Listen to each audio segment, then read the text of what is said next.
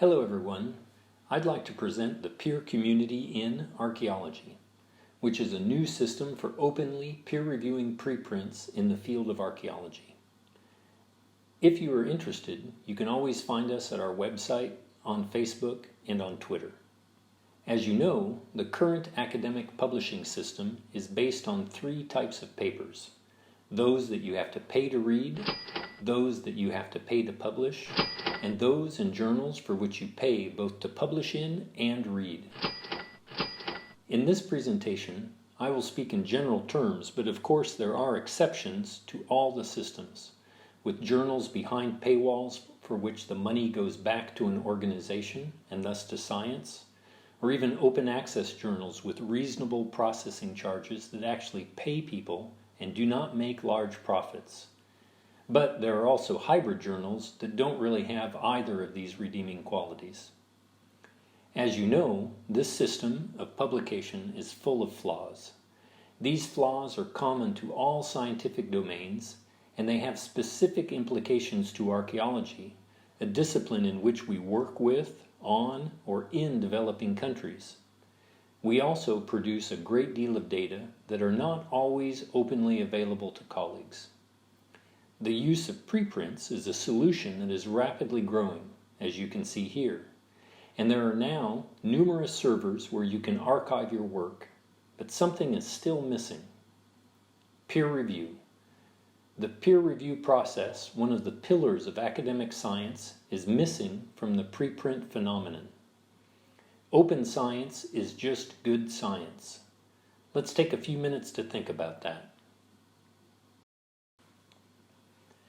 Here, I'd like to call your attention to some YouTube presentations made by the late John Tennant, in the event that you would like to explore this topic further. So, what do we need in order to make science better? We need it to be free, both for readers and authors. We need it to be peer-reviewed, so that one can trust the work for which one is not a specialist. We need the process to be open from start to finish. This begins with giving power to authors to choose if the work can be made public, and it continues with giving readers access to the reviews and the editorial decision. Finally, we need our research to be reproducible by making its data and code open access, as well as by allowing the use of pre-registration.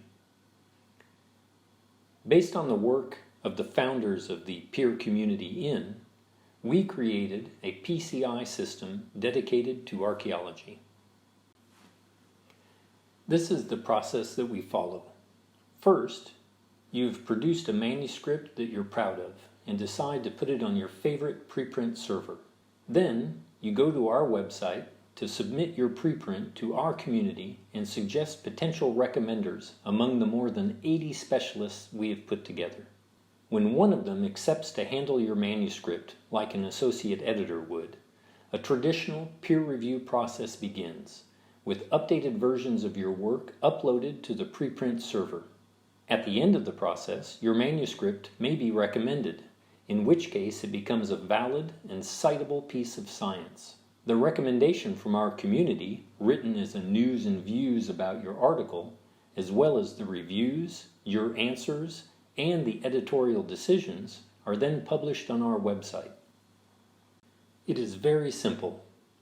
No paywall, no publishing fees, no subscription.